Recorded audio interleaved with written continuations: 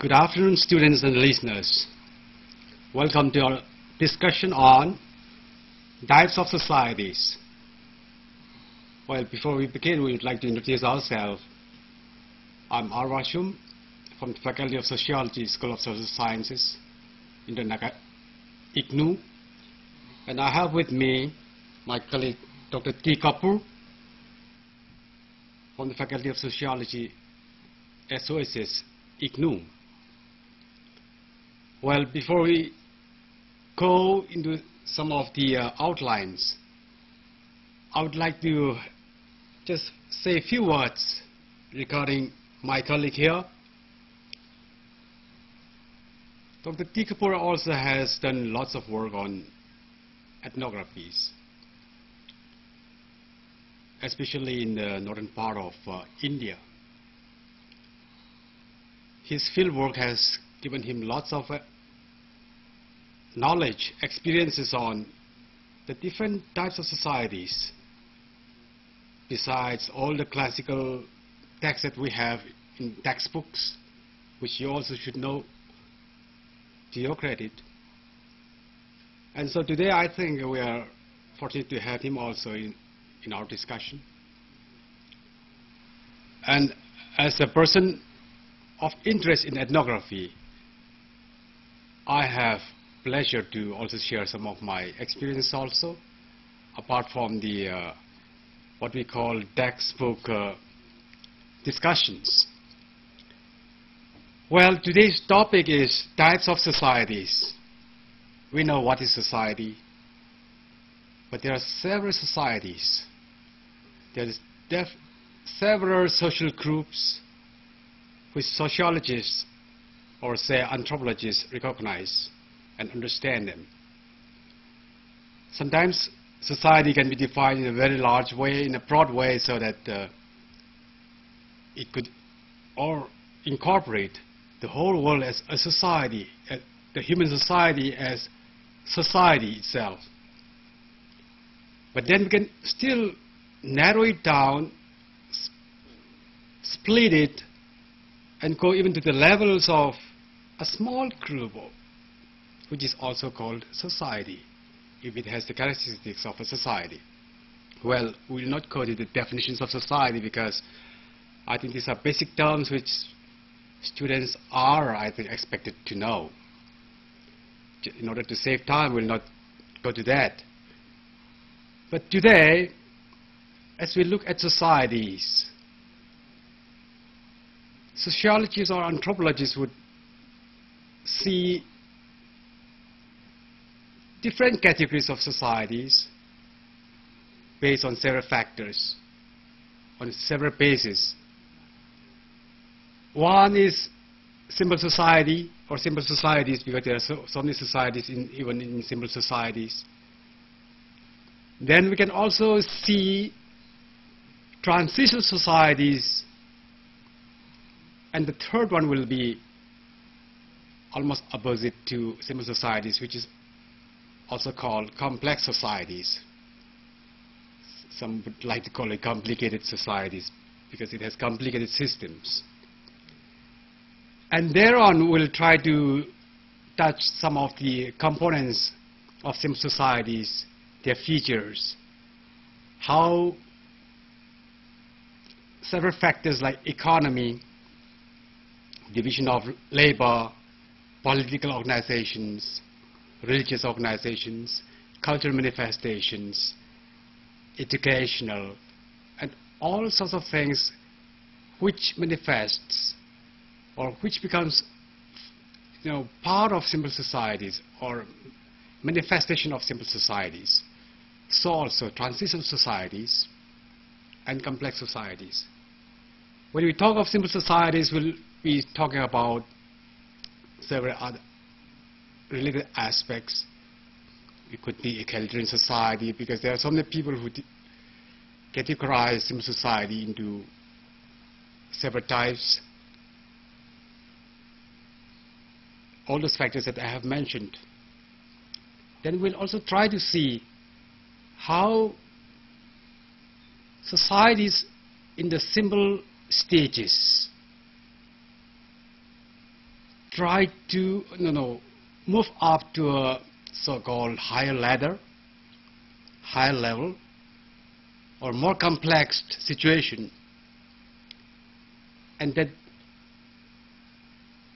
stage in between the simple societies and the so-called complex societies would be what we shall be calling transitional societies. And then we'll try to see the complex societies, modern societies, postmodern societies, and also the future of societies as well. So our whole range of discussion will be, I think, broad enough to touch all this. So this is what actually sociologists or anthropologists categorize societies.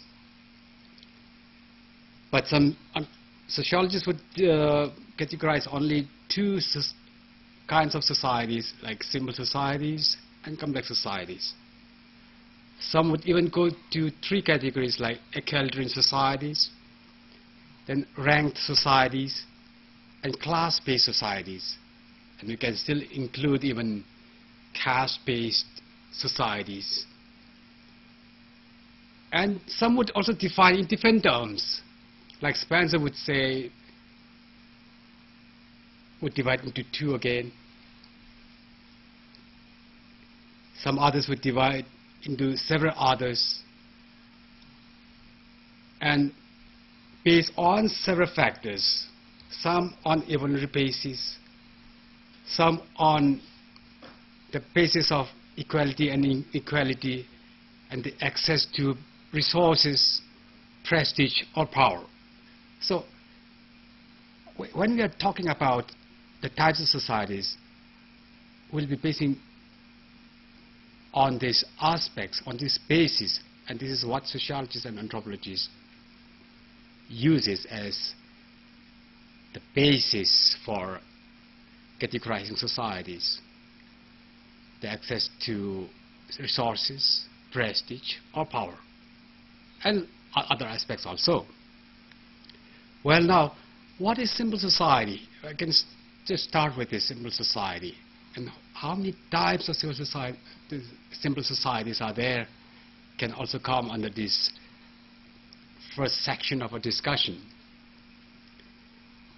Well, as I said, egalitarian societies more or less based on equality, treating each other as equals,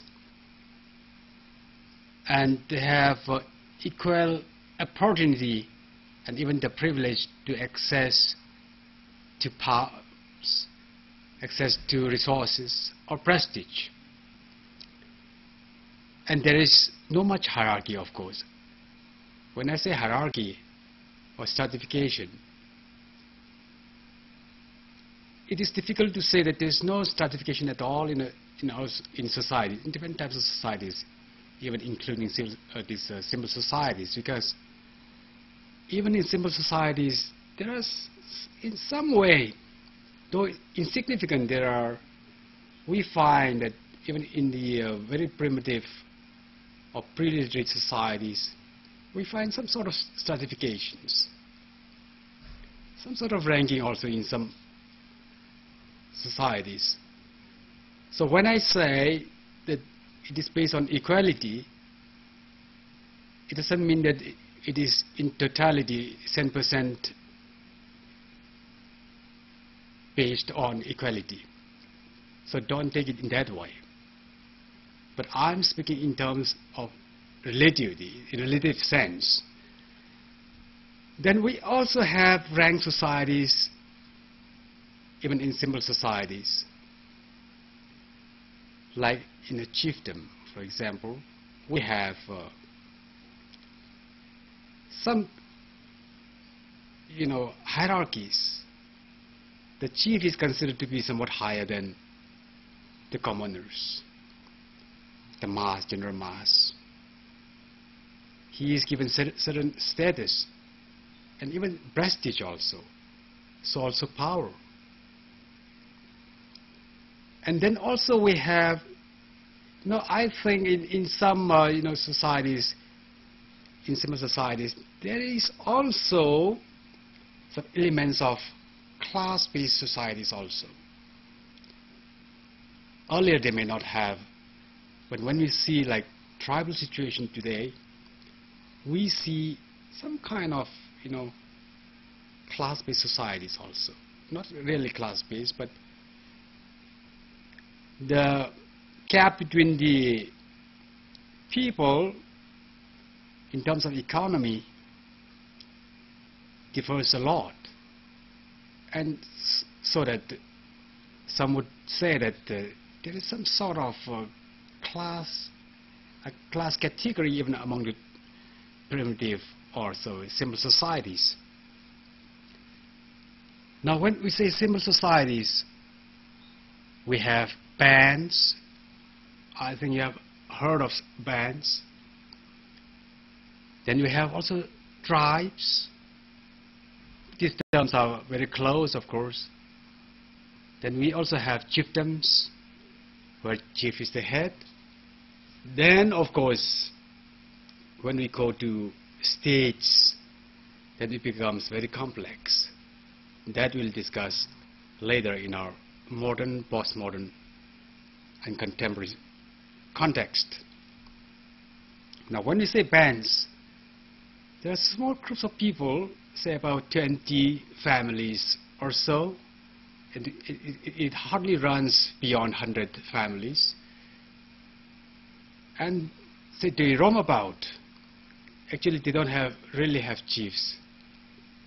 People say some of them are wanderers in a way. They are small groups of people, of course kin-based. Then we have a bit larger one, and even more organized one. In that sense, it is more complex again, which is called the tribal group, the tribes. In terms of population, they are more. They are say group of bands coming together, and it is kin-based, and they are more organized, even in socio-cultural and even political terms. Then we also have chiefdoms also. Even among tribes there are chieftain systems also.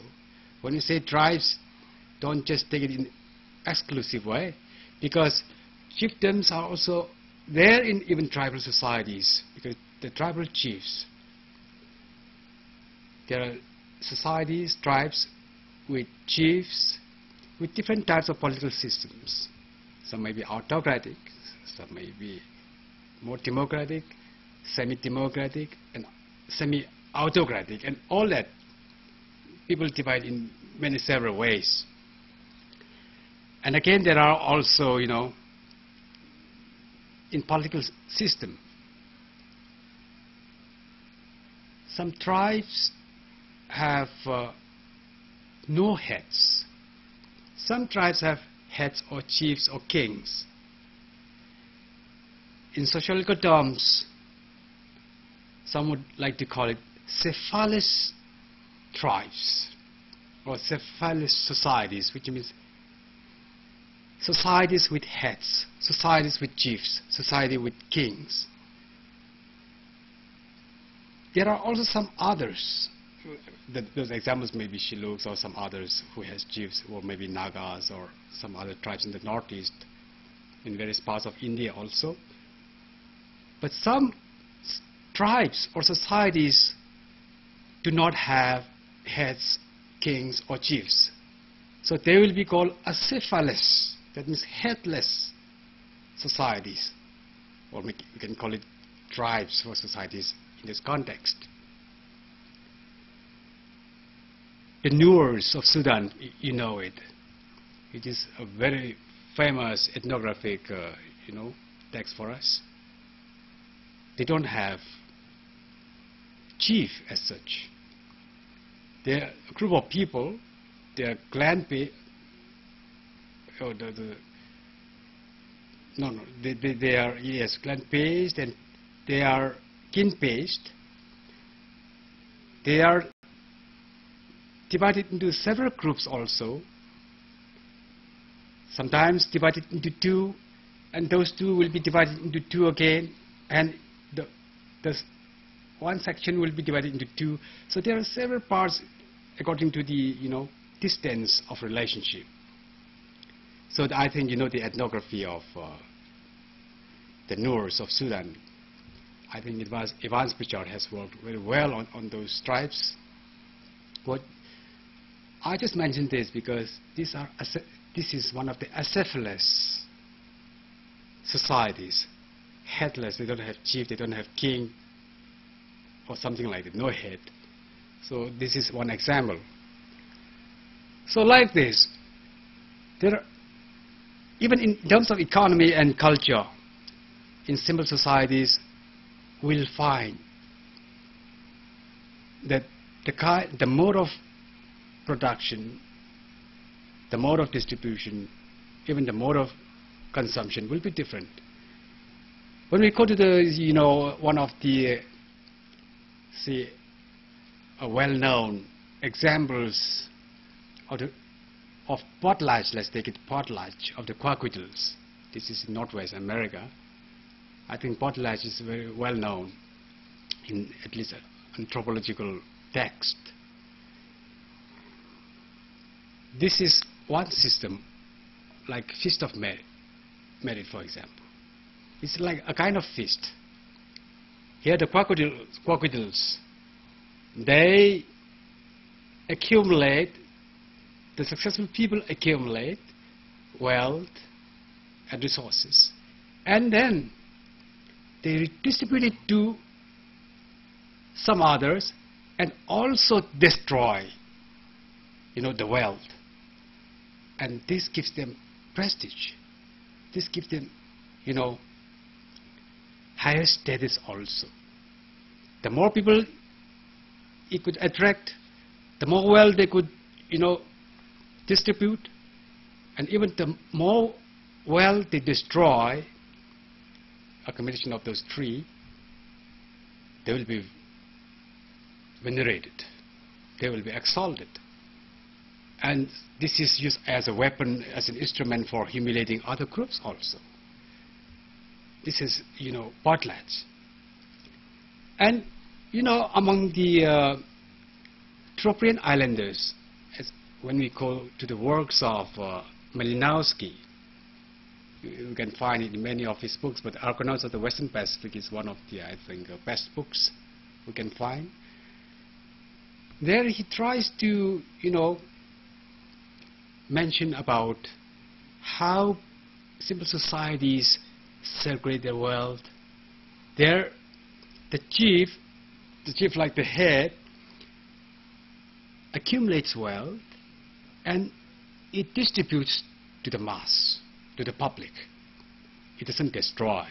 The chief does not destroy like the potlatch system of the quaquitals. It's somewhat different. And even in some of the Melanesian, societies, we find they are also called big men in Bougainville and New Guinea. When they accumulate wealth, they have to give it out. If they are greedy for wealth or something, then they believe that they will go to hell. They will not go to the better world, heaven or whatever. They believe that anyone who is greedy, who is stingy, has to go to hell. So they don't give so much wealth with them. Whatever they have accumulated, they distribute it to others. So in tribal societies or simple societies, all sorts of things are there. And usually, tribal societies do not have a well-established market system. Some simple societies would have weekdays market system. When I go to Chandel district of Manipur, I find that in a week, once they have it. So also in African ethnographies, when we read some of the ethnographies, we find that they have weekdays market. They cannot have every day. They also have barter system, for example. Then they also have different kinds of exchange system of wealth and even services. You know, the collaring, which was prescribed, discussed by Malinowski of the Tropian Islanders, just to establish and just to maintain the relationship for no, precious thing, for nothing actually, just two rings, one to circulate in the clockwise, one in the anti-clockwise. But it has value, it has significance. They don't bargain for those goods, but these are used to maintain their relationship, their bonds. So it rejuvenates the relationship. So these are some of the areas that I just thought I should share with you. There are so many other things in the book also, and I think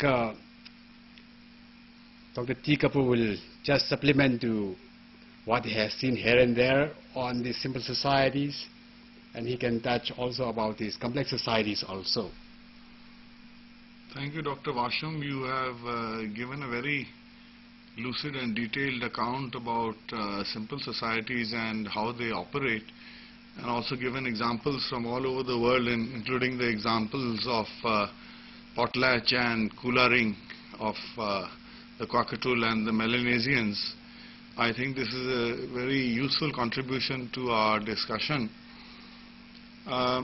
With your permission, I would like to examine this situation with reference to putting it in the reverse order: postmodern, modern and pre-modern societies. I think this is the classification which is inherent in Vasham's presentation, that there are some postmodern societies, there are some modern and some pre-modern.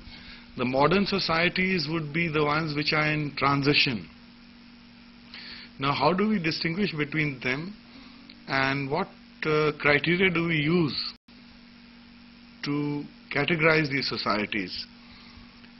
In this particular categorization, I think what is most important, or at the top of the most important things, is that of communication technology and technology as such.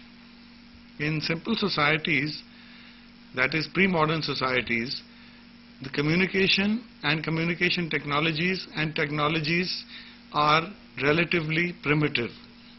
For instance, there is a tribe called Jenu Koruba in the Mysore district, which is by all stretch of imagination a simple society. But there the communication is such that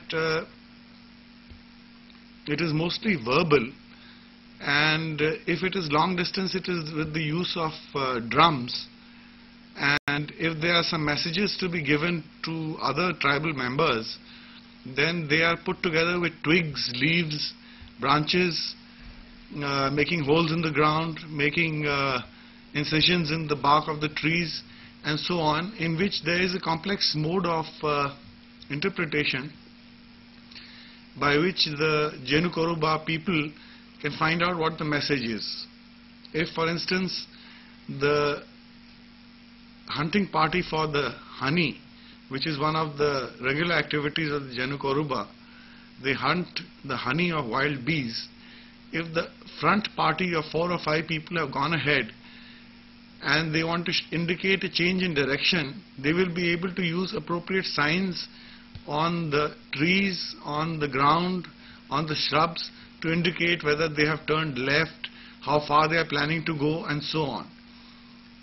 Now, some perceptive listener or student will say that this is hardly a simple method. This is much more complex than putting up a signpost or using a mobile phone.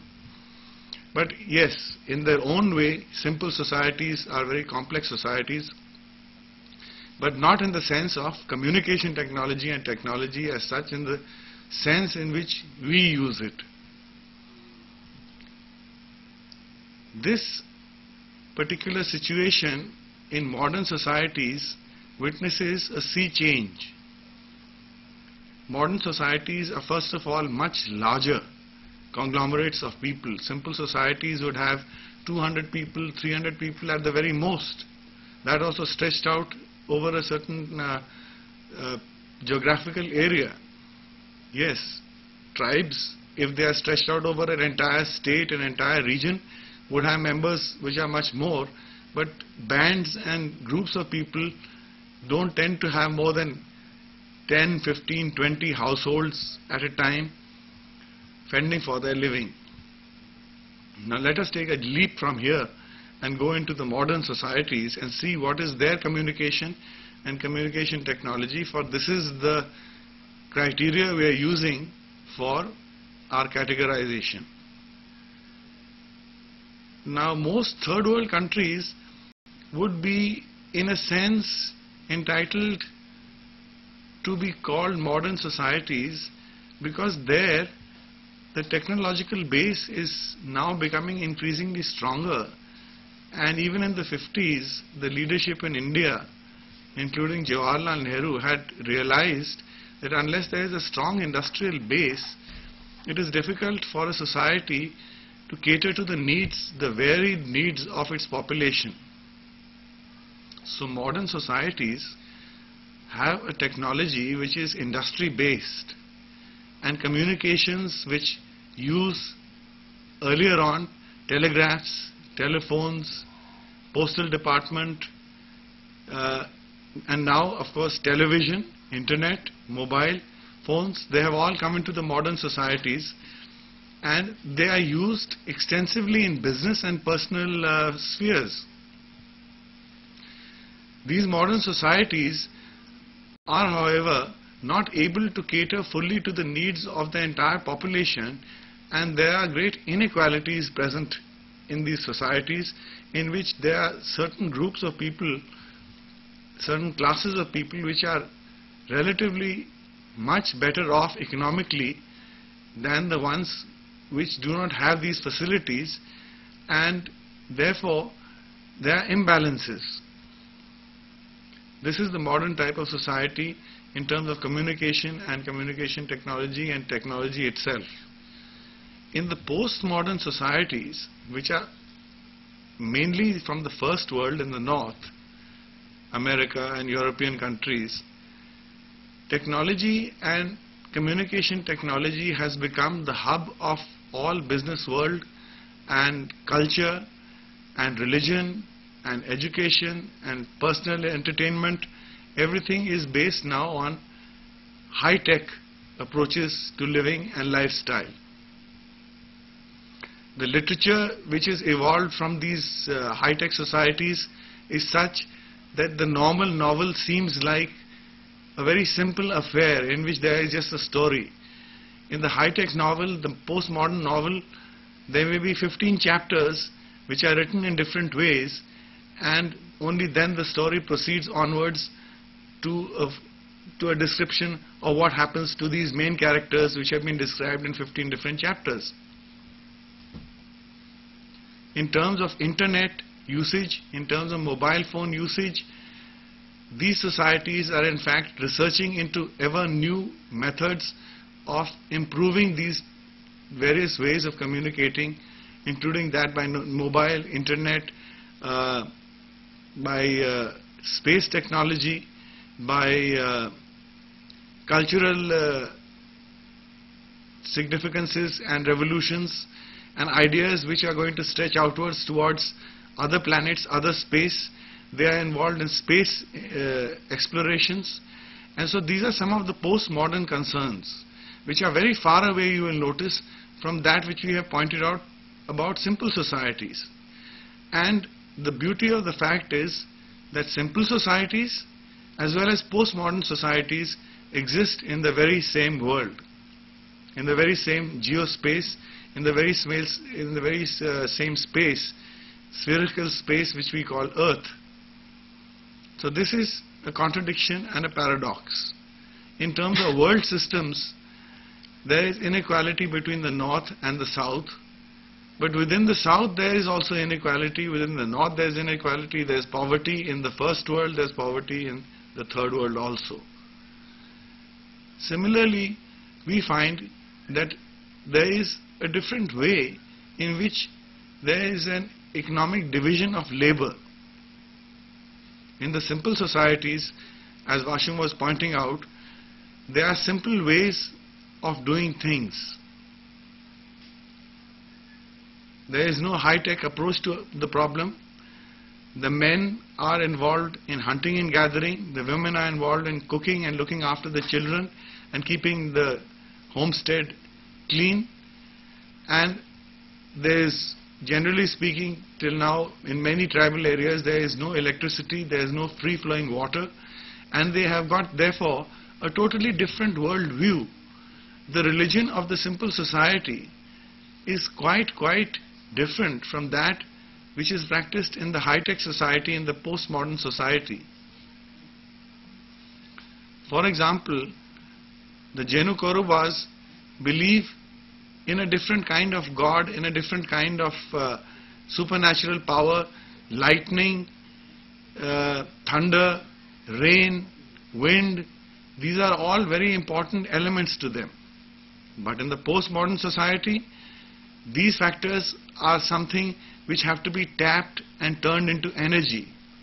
For instance, the dream of the physicists and the geographers and those involved in controlling wind currents and natural phenomena is that rain can be tapped in such a way that it flows into the reservoirs of water into the city, and there can never be a shortage in that sense. A single solid rainstorm or thunderstorm produces enough water to provide potable water and usable water for an entire city for an entire duration of 6 months if it is tapped properly. These are the challenges ahead for science. And lightning is such that a single thunderbolt can give you lightning for the entire city for an entire month. So the concerns of simple societies and the concerns of complex societies, concerns of transitional societies are quite different. I think that I would just mention something to do with the cultural manifestations in simple societies, in the pre-modern societies, in transitional societies, that is modern societies, and postmodern societies. In simple societies, the kind of cultural manifestation on a particular festival, maybe the full moon, is a dance with a few clothes which are kept in a particular box or in a particular corner in the house, and a slow dance with a few rudimentary musical instruments, and maybe the leopard chief skin does a particular sorcery upon someone who is ill and tries to cure him. This kind of manifestation is very simple and rudimentary. On the other hand, in postmodern societies, there are vast debates now ranging and especially the hypersensitivity to religious comments on another's religion are now becoming very important, and this part of culture is taking a very important aspect of our development, and it is becoming increasingly clear that it is not possible to live in a world and be critical of each other, especially each other's religion.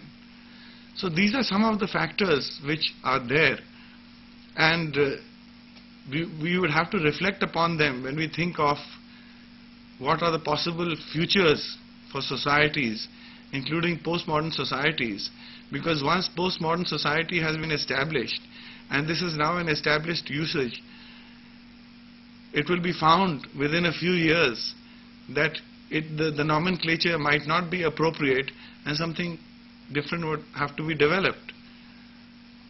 I wonder what Dr. Vasham would have to say about all this and the topic itself further. Thank you, Dr. Kapoor.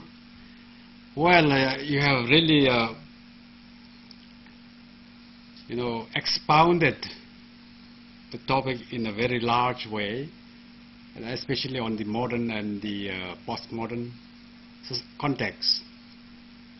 Well, I would like to take it back still to pre-modern or pre-state, state, and even what should be the future. Well, we did not discuss earlier about the kind of system, maybe political system, culture system that is happening in a tribal situation. Now you go to a village. For example, let's take it one Naga village. How do they organize themselves? This is one of the archetypes of simple society. There are so many simple societies, but let us just consider one at the moment. Even in the Naga societies, there are some variations of village organizations. In some villages, there are chiefs, hereditary chiefs, and in some we don't find chiefs, but we have elected people. It becomes like a republic, whereas in the other first sense, it is a kind of monarchy, if we go by technicality. Well, let's see that monarchy system. It is not only, we can say, semi-monarchy. There is a chief, hereditary chiefs. It is, handed down through lineage. Then the clan's heads or the clan representatives are, council members of the village. And they see the everyday or what is important for the village to exist as a mini government. It's a kind of government because they regulate everything. There are norms, there are customs, there are even rules and regulations also. What to do and what not to do by the citizens, by the general public. And so also the public will also have expectations of the chief, or also called king, and also the council members. Yeah, that is one. Now, how do they organize themselves as a society? There's a family system. From nuclear family, groups of nuclear families will become what we call clan, under clan system. And then several clans also comes under lineage, but that does not have in some Naga societies. In some tribal societies, there is lineage system. And even beyond lineage system, within a tribe, or several clans can make a tribe, or lineages can make a tribe, and even moieties can make a clan, can make a tribe. Now, what is moiety? Moiety is also found in several Naga situations also. We have in our Naga society, we have in even Moansang society, and Moyon society, tribes. Moiety is a derivation from French word, moitié. It means half. That means any social group or tribe divided into two equal halves, or two halves, is known as moiety, and that practice or the system is called moiety system. So that constitutes a tribe. Now that is still in a tribal context. Now, from the tribe, several bigger tribe, there is a bigger platform like the Naga society, which is usually called a nation by definition. They are not state, they are stateless in a way, because I think we know the differences between state and nation, but sometimes people use it, interchangeably, which is not really a sociological understanding or anthropological understanding of the concepts of nation and state. Nation need not be a state. Nation is a group of people or a community having, one ancestor or something that they belong together. It is a psychological connotation. Whereas a state is not a nation. Nations can make a state. In a state there can be many nations.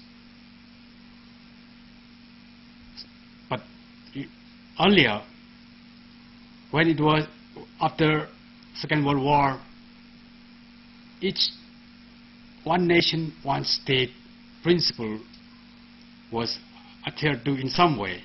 So later they use it as almost coterminous or and interchangeably used with state. State and nations are interchangeably used. But even now there is we have to make some clarity or distinction between the two. Well, so the kind of state system, the kind of development and cultural system from that simple societies, when we just compare with the transitional state societies and the modern and postmodern societies, we find lots of differences. If the simple societies are in some way simple, the postmodern societies are highly sophisticated. Life becomes so fast, and the weapons, the equipments, implement use are so sophisticated, and population is much larger, communication becomes quite faster, and even way of life is almost based exclusively on machines and equipments. You press something and everything comes out. But it had to be manually performed in the simple societies because the implements are not that sophisticated. And even transition stage, they had to accumulate some knowledge, and even the technology level increases.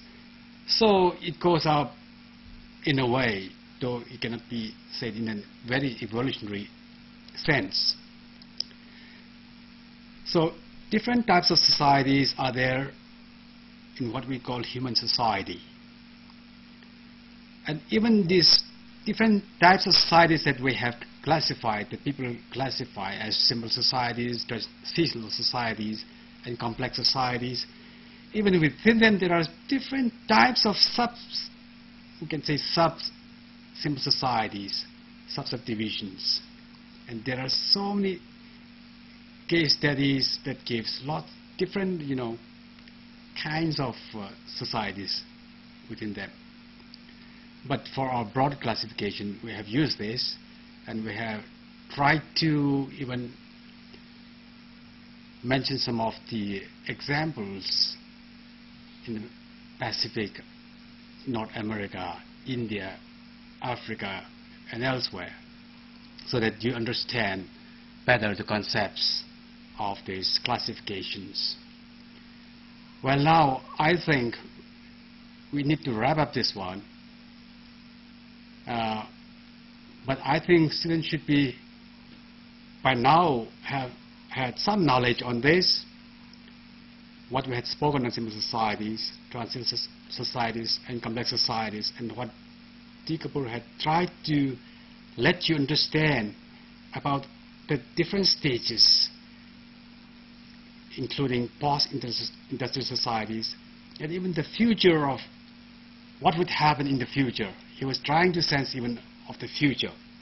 And I think this has been a very interesting and very provoking session, even for both of us, because interacting with you in some way, we're bringing out a very provoking and very interesting topic. But for today, I think we should wind up here. And I think our time is over for this. And thank you so much for listening. And should you have queries, you are most welcome. We'll take it, your queries.